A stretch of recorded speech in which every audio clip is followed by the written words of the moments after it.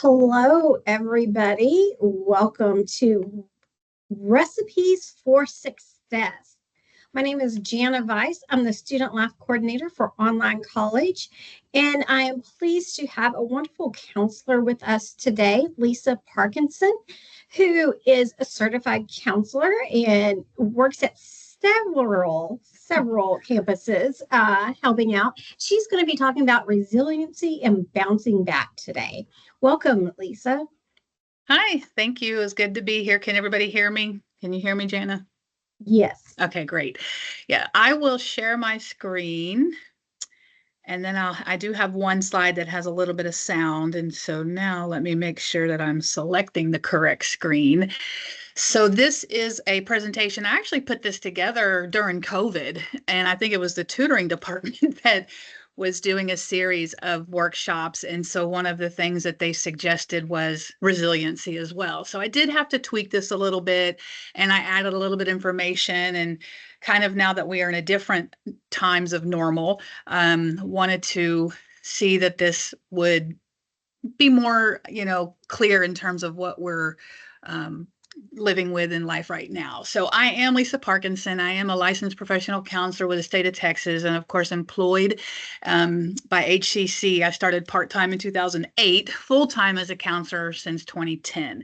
I office at Spring Branch and at Katy campus on occasion, and I help out where need be. So there may be sometimes you'll catch me at the Alief Hayes campus. So wanted to just kind of jump in and make sure that I can progress through these correctly. Let's see. It's different to share my screen in Teams when I'm used to sharing it in WebEx and everything, but we'll get there. Okay. So first thing I want to do is define what resilience is and what it means. It's the process of adapting well in the face of adversity, triumph, tragedy, threats, or significant sources of stress, such as family and relationship problems, serious health problems, or workplace and financial stressors. And notice kind of what's missing from that definition is your academic. So academic stressors. So we're going to talk about resilience, but I am going to kind of pull it in a little bit, how it ties in academically. But I also want to tell you what resilience does not mean. It doesn't mean you won't experience difficulties. It doesn't mean it's about a stress-free life or it's just stress-free in general. It doesn't mean there's no emotional pain or that there's no trauma or that you must be born with resiliency and that you must be tough. Resiliency is actually something that you can learn. It's something that you can develop. So if you weren't born resilient or anything like that, that's not an issue. So we're going to talk about and think about some of the times that maybe you or I, right now, this is just hypothetical. I want you to think about a time where you've faced a setback or a negative event. And if you can think back to a time where something just was drama or it was just a really bad, stressful situation, I want you to ask yourself these questions. What happened? Did you have any control over the situation? What was your initial reaction? What did you say to yourself, whether it was mentally or out loud, verbally? Did you have anyone to turn to? And so I'm not necessarily looking for your responses here because I do have a little bit of engaged part in a second. But just in terms of thinking about that time and these type of questions, how did you come back from that? You're here in school right now. You're, hopefully academically prepared. We're midway through the semester just about. So how did you, turn it around? How did you bounce back? Well, we know from research and literature that resilient people don't just dwell on the failures. They acknowledge the situation, learn from mistakes, and move forward. And so in this particular slide, we have a little honeycomb here where each part of these pieces is what contributes to resiliency. It's how you can train yourself, how you can learn, how you can build and develop that part of you that maybe is underdeveloped. So when we're talking about challenge, it's not a paralyzing event. You want to look at the failures and mistakes and the lessons to be learned from as opportunities for growth. Don't view them as negative reflections on your abilities or self-worth. And then here it says, stay committed to life and goals.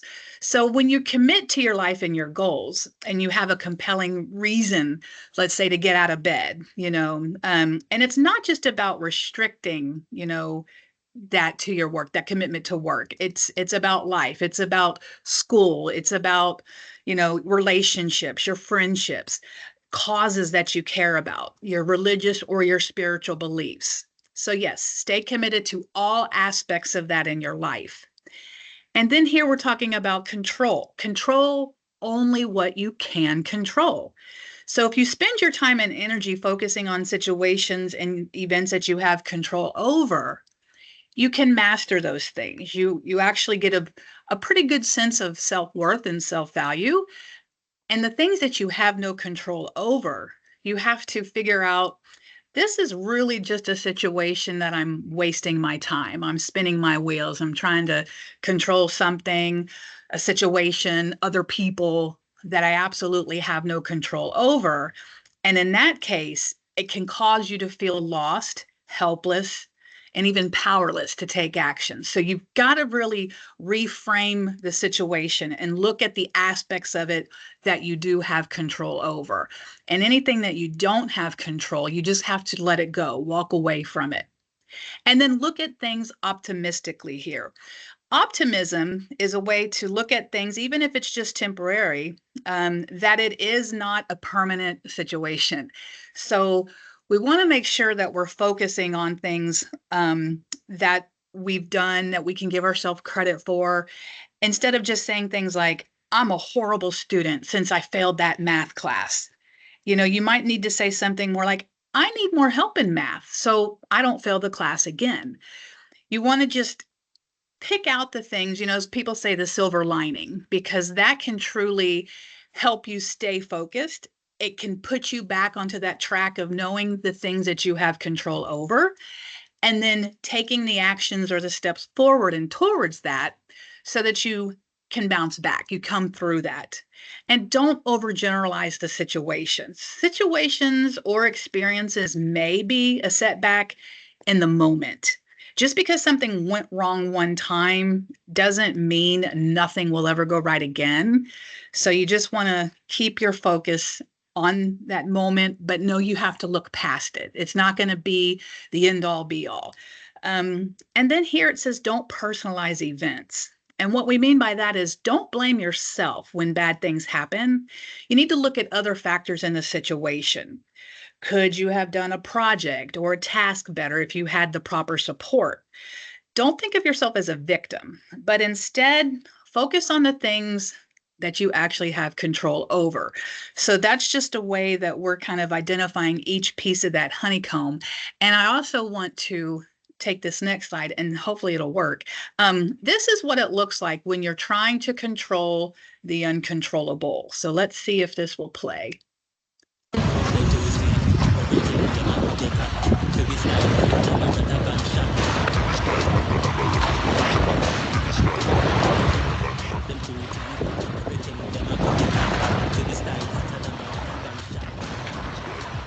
I find that humorous, and at the same time, it makes a lot of visual sense.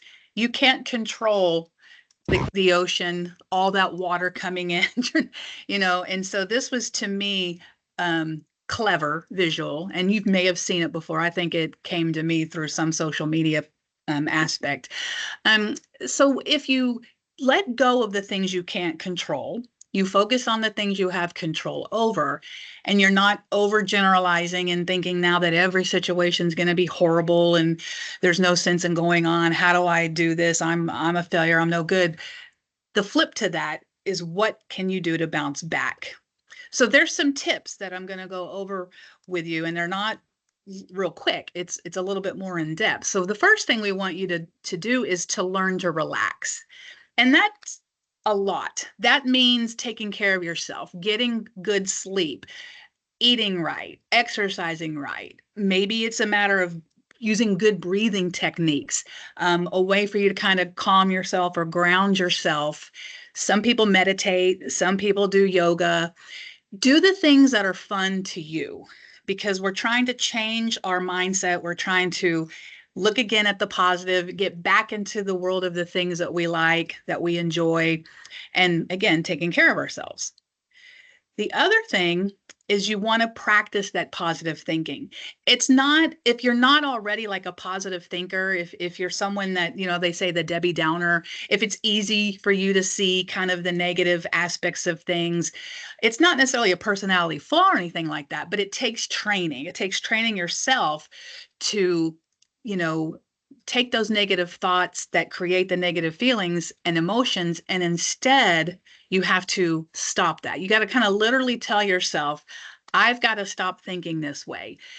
Thinking a certain way tends to lead to behaving a certain way because we feel a certain way.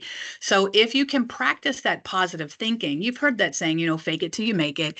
If it starts out with just faking it, if it just seems ritualistic, if it just seems like you're forcing yourself to find that silver lining, then go with that for now.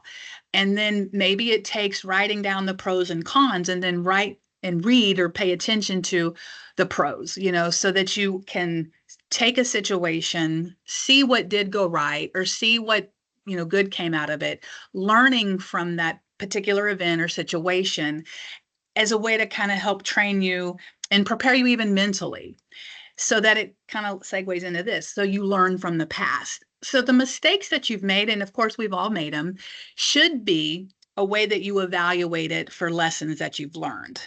What are some things that you could do in that situation now, because hindsight's 2020? What are some things you would do differently if this were to happen again? If you truly have a hard time figuring out what lesson you learned from that, then maybe you've got to dissect it a little bit more, because there's bound to be something in any situation that you've encountered, any event that's happened, that you can figure out, if you had some control in it at all, what you would have done or could have done or would have said differently. Does it mean it would have had a completely different, profound, changed experience or result? Not necessarily, but just owning or just kind of affirming for yourself, when this happened, I did this, maybe next time I'll try that, is one way of looking into it. And then, actually learning from that mistake or that past event, and then choose your response. So in the moment, when something is told to us, or somebody does something to us or says something to us, we have a tendency to react. What we have to kind of train ourselves to do, and I'm just as guilty as this as anyone, is don't react, but instead think it through. Give it 10 seconds, as they say, to calm yourself, so that you can handle that situation in a way that it creates less stress or anxiety in that moment, and respond. So when I say don't react, I'm saying wait so that you can respond. You want to make sure that you leave yourself and whoever's in the room, whoever you're communicating with, some dignity. You don't want to be harsh and reactive, in a sense that you feel worse about something later. If it's a situation that you actually need to walk away from, you might need to tell whoever's present, I just need a few minutes, and then step away. There's nothing that says you have to say or you have to do anything in that moment, unless it's an emergency kind of crisis situation. That's not really what I'm counting on here. I'm really talking about those instances where something's kind of just brought to you in the course of a conversation, or maybe you get a bad grade on a test. Instead of just lashing out at the instructor, how do you take this in and process it a little bit so that you can professionally, courteously respond in a way that you can get out what it is you want to say in a nice, articulate way, versus coming across as some raging lunatic, in whatever that conversation or situation would be. And you want to be confident or learn self-confidence. So you want to believe in yourself enough that you can get through those tough situations to help prepare for the future. Because, we've all come from all kinds of adverse events, challenging times, situations that were tough. We wouldn't want to go through them again. And there's no guarantees that you won't encounter challenges or tough situations or events in the future. But how can you develop that sense of self-confidence so that you feel empowered and you feel able to express yourself and respond in a way that you are in control and that you don't let it completely demoralize and bring you down? So it's all about, believing in yourself, finding the positive in the things that you've done well, things that you were successful in the past, and you can see that, what? I did have a lot of success in my past. I am a smart person. I am a caring person. I do have these good qualities about me, and hold on to those and develop supportive relationships. A lot of times you have family or friends or even coworkers and classmates that are in your corner that are there, as a listening ear.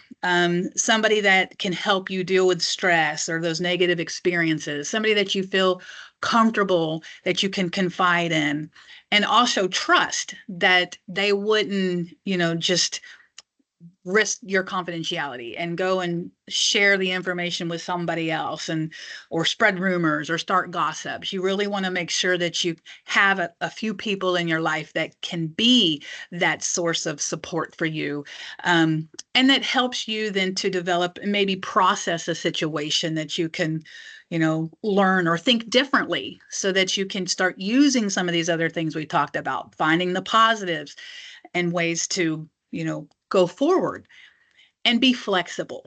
Rigidity, you know, can cause feelings of loss of control. So you really do want to be open to plans changing and try to go with the flow. That way you don't feel as stressed out. If you're one that can or just typically goes with the flow anyway, this one's probably real easy for you. Some of us, kind of myself included, we like plans, we like a schedule, and it's hard for us to just deviate from that. But we have to remember again, even all good plans could go astray. Something could throw a curveball at it. The weather could affect, a plan that we had, a family reunion, a happy get together. And so that flexibility piece is very helpful so that you can still move it and just go with the flow. But there's more. You want to set realistic goals, whatever the event, the situation, even the expectation for yourself. You want it to be like a SMART goal. You've probably heard that acronym. It needs to be specific, measurable, attainable, realistic or relevant, have a time, component to it. And it's a helpful way to kind of check in with yourself, for accountability. Sometimes we recommend that our students, those let's say that are on probation or suspension, our goal for them is to reach academic success. And so we have what's called an intervention, and we say, you can turn this around. You might have had a tough semester, things that happened that were beyond your control impacted or influenced your academics that semester completely and totally negatively.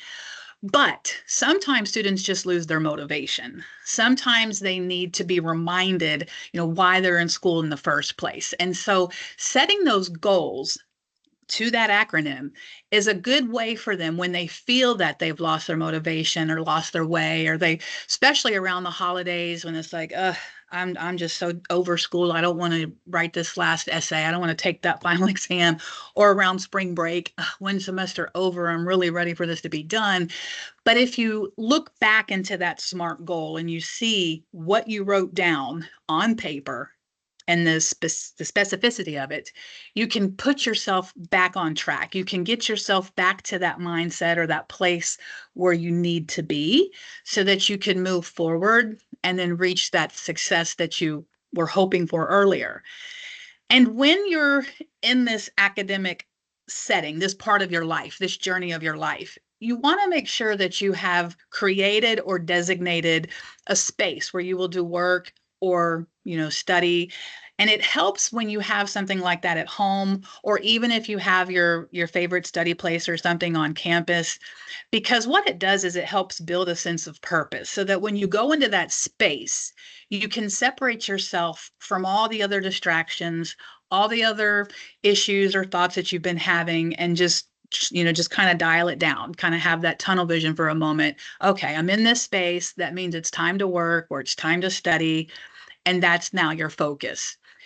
And if you can maintain a regular schedule, that will help with a sense of normalcy, even when things seem chaotic. So we just talked about being flexible, and then here we are talking about a schedule. So, but you can have both. You want to have a schedule that will help create that routine so that you do have that normalcy, but you do need to be prepared for when things don't go according to plan and let it flow, just roll with it.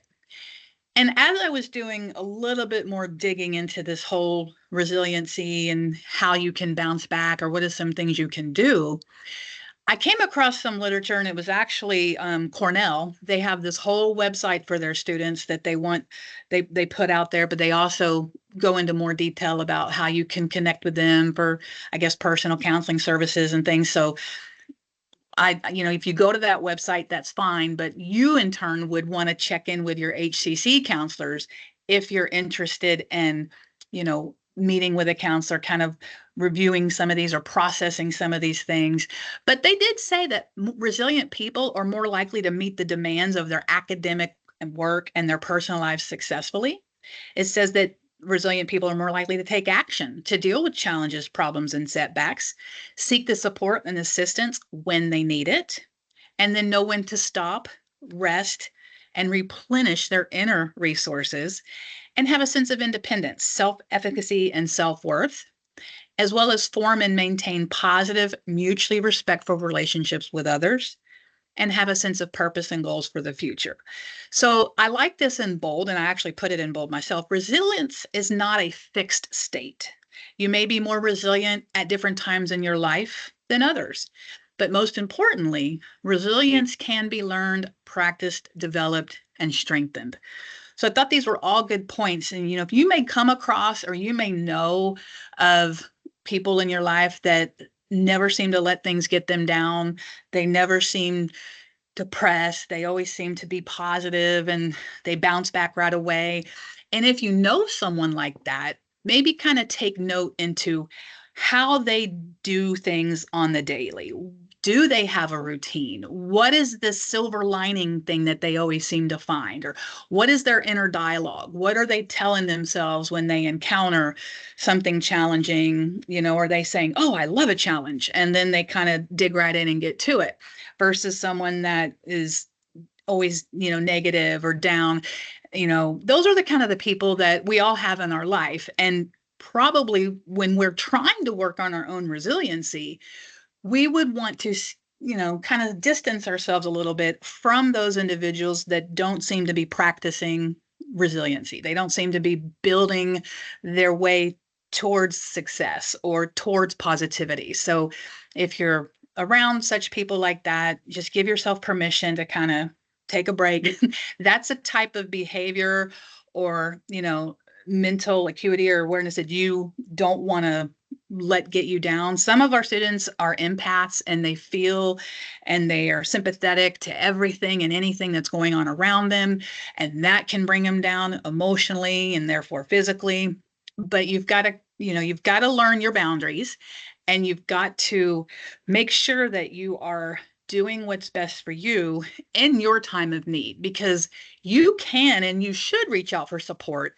But ultimately, when you get to the bottom of it, you are the only one that has control over you, over your thoughts, over your behaviors, over your actions. And so when you need help to develop those types of techniques and to get into the routine that's going to help you with resiliency and finding that self-confidence and that self-worth, that's where you then, can lead into your support. And so what I want to do now, and I'd have to maybe get, if you will, Jana, look into the chat. I have some questions that I'm curious. After everything that we've kind of defined in terms of what resiliency is and how you can create it, How would you handle situations like this that are going to come up? So if you want to put your responses in the chat box or something, that'd be great. Think of, you're in a grocery store, you're in class or wherever you are, and somebody is standing too close to you and they're invading your personal space. How would you handle a situation like that? Anybody have any thoughts? I can't see the chat because I'm sharing my screen. I'm checking the chat, and if you want to unmute yourself, you can answer that way too. Oh, good. They can unmute. Okay. Yes.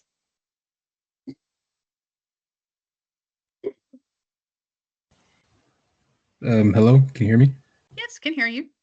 In this situation, I'd probably just be patient and just politely ask them, "Hey, you're invading my personal privacy, and please, just respect that." Mm-hmm. And I like that. There's a difference between being assertive and being aggressive. And so your assertive approach is very, I think, um, courteous. So you could, from a, hey, how you doing? And just kind of, I'm back up here for a second, whatever your approach would be, I think that would be great. So long as you don't come across as aggressive and throw your hands up and, I like that answer. Yeah, we had quite a few in the chat.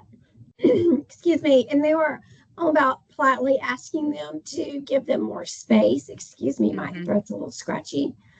You can move away yourself to give yourself a bit more space. Yes. And then if it keeps happening, then politely ask them.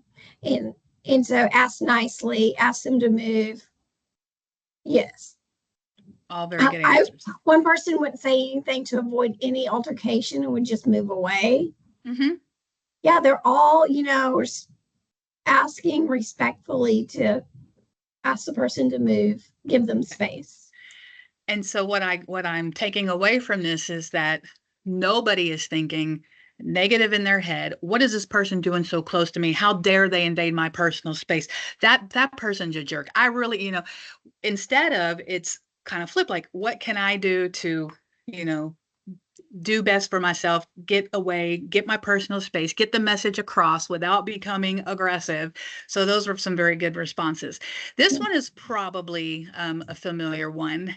What happens when you're in school and you have your first exam and you've failed that first test? How do you handle it? What do you tell yourself, or how do you respond? Ooh, get tutoring, study harder. So uh it's hard, Hi. like yes, I mean, like just I'm okay with that. Like I don't fail, but just like the low grade, like low Mhm. scores, just get like a C or B is not A. So for some of my Asian friends, they kind of like stress out if they don't get an A.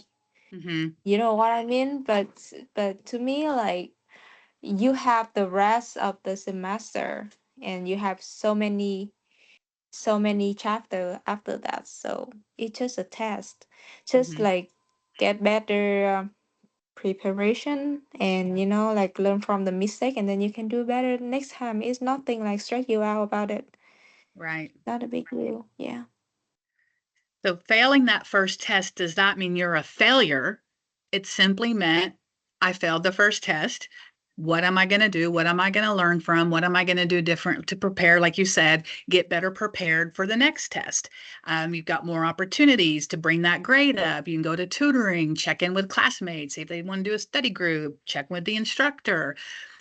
Any other suggestions or chats? There was a lot of good ones, a lot where, review and study actions while in the course, see how they can improve.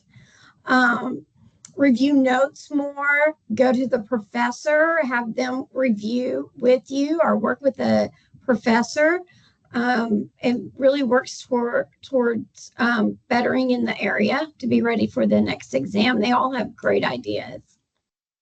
And I'm encouraged because nobody said, I'm going to email this instructor and find out where in the world did these stupid test questions come from. She didn't go over any of this in lecture. because I guarantee you I've heard it. We work with our students, again, that are on probation and suspension. And it's discouraging for me when students don't look inward at all to see where they could have improved and getting ready for the upcoming test. Instead, they're so angry and fixated on that failed grade that they're looking for someone to blame, and they don't usually want to blame themselves. So yeah, this is encouraging. I'm thankful to hear these awesome responses. So how about this? I know this happens from time to time and maybe even in those online courses, but how would you handle when an instructor doesn't respond to your email? It's been 24, 48 hours, so you haven't heard anything. What would you do? How do you respond to that? If it's over a question that I have over a problem in I don't know, in a homework assignment, I'd probably just schedule a tutoring session with one of the tutors instead. That's good. Some of the instructors will have their department chair or their dean information on the syllabus. And sometimes we have to think of this in terms of, is something wrong with my instructor?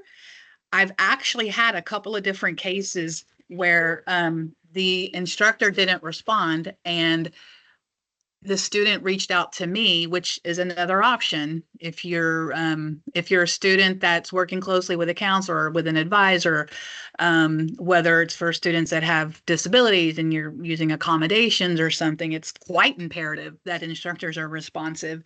But if you let the department chair know or counselor something and take it from a place of compassion or empathy, and this works usually pretty well. When I email an instructor or copy the department chair, I'm saying, hey, Professor so-and-so, I wrote an email about 3 days ago. I haven't received a response yet. Is everything okay? I'd like to set up a meeting if that's possible, blah, blah, blah. I've actually had a couple of times where the department chair would write me back and say, this instructor has been sick, or what's disappointing that the whole class wasn't informed of that or wasn't aware. They were putting a substitute instructor in place, but it's happened at least a couple times where there truly was something wrong with the instructor, or I had this instructor just got a new laptop and everything it was technology, could not access their Canvas, couldn't get into their email. And so it's not that the instructor was intentionally avoiding or not communicating with a student out of choice. It was unfortunate set of circumstances. So I do like you would look for other answer. You would go to tutoring or something like that. Were there any ideas or anything else in the chat? There was a lot of great ones. Some were like wait and then follow up with another email, which is great. Talking to them at the next class meeting, giving them more time, follow up. Lots of emails, follow up, seek guidance from your advisor, check their office hours, attend their office hours, contact the chair if necessary. They may be sick. A lot of follow-ups, give a little bit more time. Also, some professors I've learned will not email a student back if they email them with a personal instead of their student email. So always email them with your student email. But always, give them time to get back before you get upset and try another route to reach your advisor. Great idea. Mm-hmm. I don't know that this happens so much in the online classes. It does happen on campus, and we actually had a real sweet girl that was sitting in an empty classroom for at least 30 minutes before she finally asked something. But and she did not read the sign that was posted, not on the door, but on the wall next to the door, that the class was canceled. So she was a little bit frustrated with herself, but also like, why didn't I know? So how would you guys handle if an instructor canceled class and you didn't get notified? What would be your response? Celebrate. Right? We love those days when Yes, we were in school. like we're happy with that. Mm-hmm. sometimes like we just don't have time to check the announcement on Canvas. So Mhm. just go straight to in-person class and then figure it out later that like the class cancel. But we're happy with that. We're okay with that. I don't think it's a big deal at all. Yeah. Mm, Some yeah. students will take that time and go into the library and then just kind of study a review, if not for that class, then for another, but or at least check their email or see if there's some type of communication from the instructor. And there generally is, letting you know why it was canceled and what to do, in lieu of class, what to study, what to read. Any other ideas? Yeah, be understanding because life happens. Do your homework, do more homework, and work on other things. Um, check again just in case, and email the instructor. And then still Jay's answer. Celebrate. Be diligent in checking emails and notification before the class starts, maybe an hour beforehand. Mm-hmm. Oh yeah, that's great.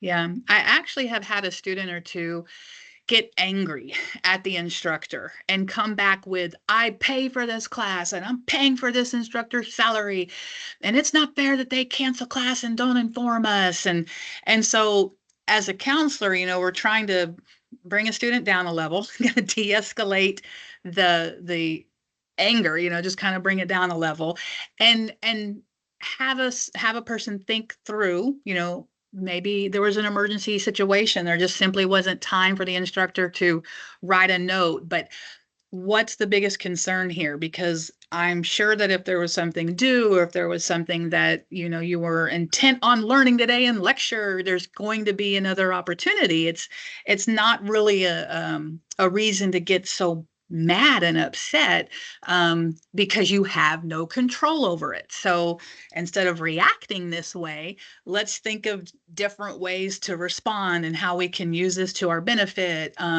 Maybe check in with the instructor if you feel so inclined, as, are you okay, missed class the other day, and so I'm glad to hear that these are very helpful responses. I know that there's tons of things that we could probably come up with in world, situations, and how something was so, traumatic or just devastating. And I didn't want to get too deep into situations like that for purposes of this workshop, but I just kind of wanted to make sure that it's important that we kind of take inventory of ourselves and think about what an appropriate and healthy response might be for ourselves. We don't want to get our blood pressure up. We don't want to get so angry we're fuming and we start lashing out and taking it on everybody else, whatever that situation is. We want to give ourselves opportunity and time and just kind of just process it. Just take a few minutes with what's going on. You forgot to turn something in by the deadline. Now this means you're going to have late points. That's okay. Communicate with the instructor and let him or her know, sorry that I was turning this late. Is there a way to have extra credit? I like students when they think, I'm going to ask the instructor some way that I can make up these points. And that's great. The worst that an instructor would say, hopefully, is, no, sorry, I don't have, an opportunity for that. But at least you asked, because who knows, you may get a response that, oh, not a problem. Several of my students, didn't realize the deadline. I'm going to reopen it, because that has happened too. So you just want to make sure that you don't get aggressive in an email response to an instructor or to a boss or to somebody, where you kind of dig yourself a hole. You make a mountain out of a molehill, as they say back in the day. So giving yourself that grace and that opportunity to just kind of think it through and do what's healthy. And maybe you need a little bit of help with that. Maybe you want to work on your resiliency, or maybe you want to check in with your mood, or see if there's any tips that are out there. And there are several apps that you can download. A lot of them are free. Some of them do cost a little bit. But if you're someone that's interested in, building that resiliency in yourself, or recognizing in moments where you feel like, okay, this is a situation that I'm feeling very stressed about. What can I do to get out of this funk or to move forward? There's Mood Mission. I've looked at each of their websites, Googled it and everything. I haven't downloaded the apps themselves, but I just double checked the other day just to make sure that they were still active. One of them wasn't, and I replaced it with a different one, the Driven Resilience. And so it's actually kind of a neat way for you to, check in with yourself, see how you're feeling, see if there's some things that you can do in that moment to try to eliminate your stress or your anxiety, whether it's doing something like the breathing activities. And you can actually, and you guys feel free to chat in any other applications, any apps or websites that you know of that will help, calm or reduce the stress or the anxiety in the moment, to give you time to figure out, contemplate, process how you're going to bounce back. And there are some, some of you students do have jobs, full-time jobs even. Check in with your employer to see if they've got something like an employee assistance program where they may pay for you to have, individual, private counseling sessions with someone. Or maybe they pay for you guys through your insurance benefits or something, something like the Resilience app.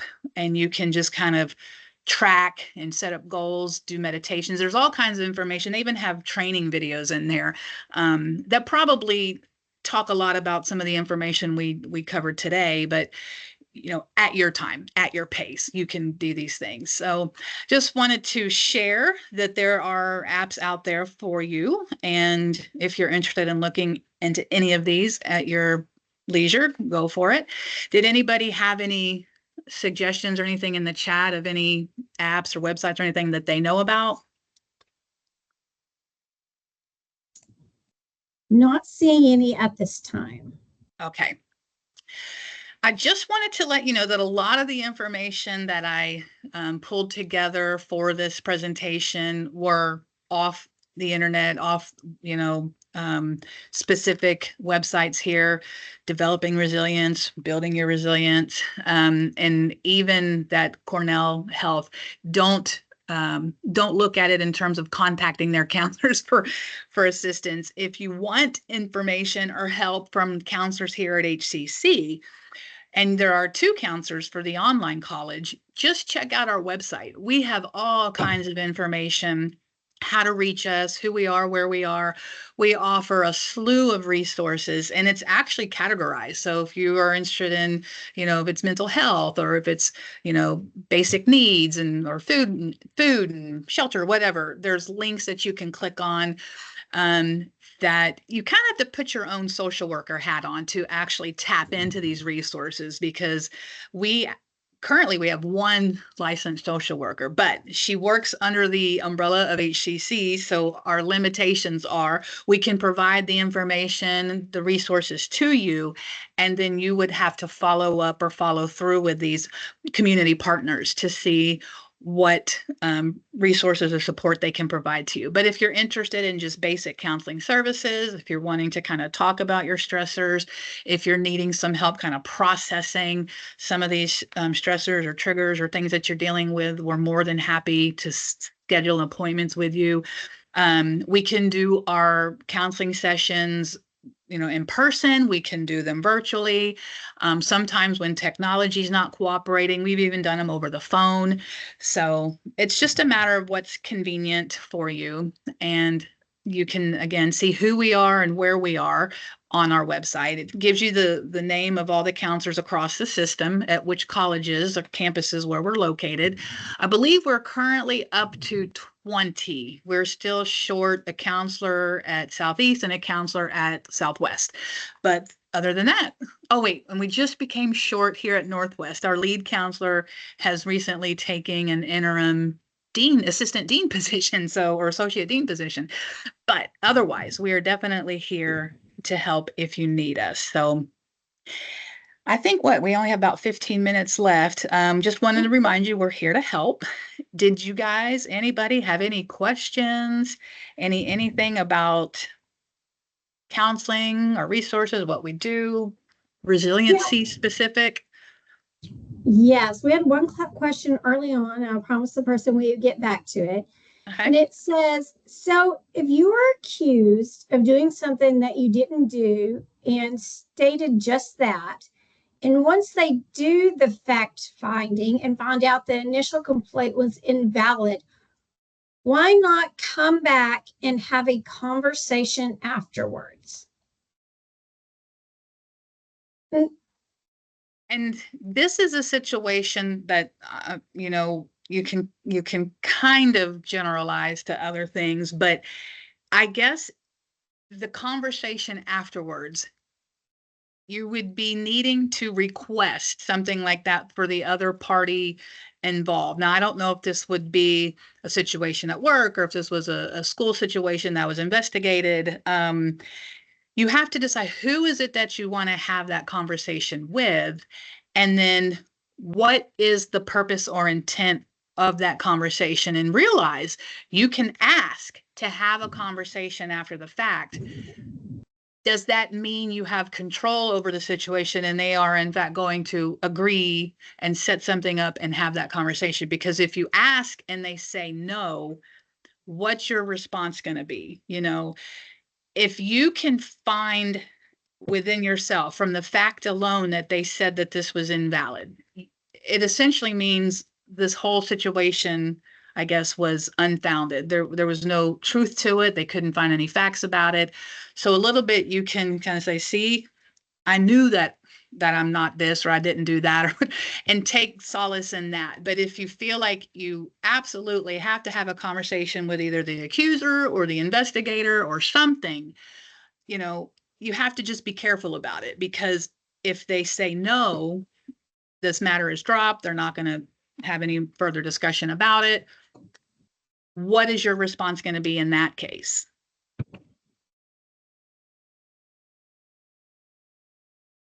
I hope that was helpful for you.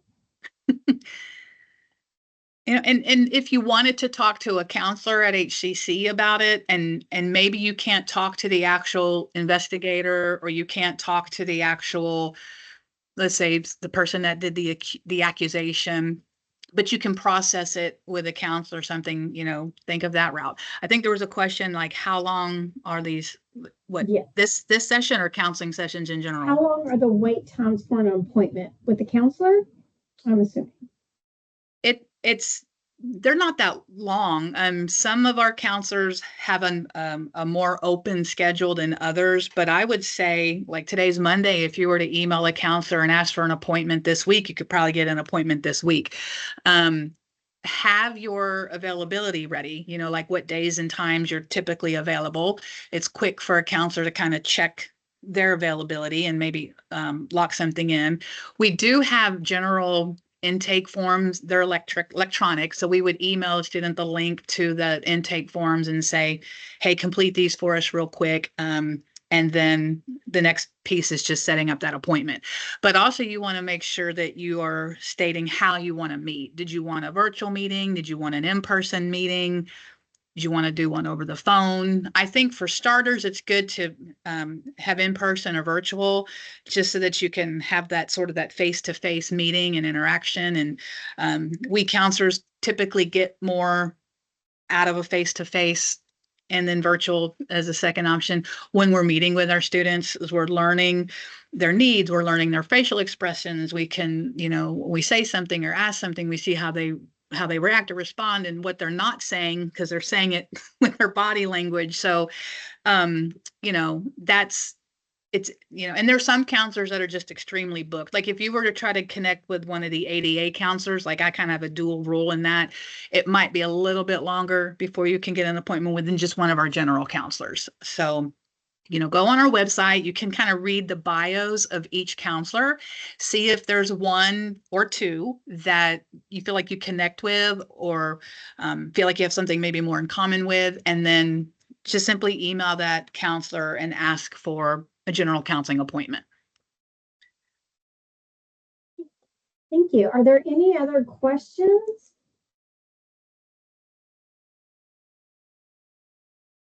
You're welcome. I see a couple of thank yous coming through. I just wanted to let you know I put a few links in the chat If you came in late or want to rewatch this, we will be posting it on the Student Life YouTube page so that you can download it and watch it again later. Or if you came in late, you can catch the whole webinar.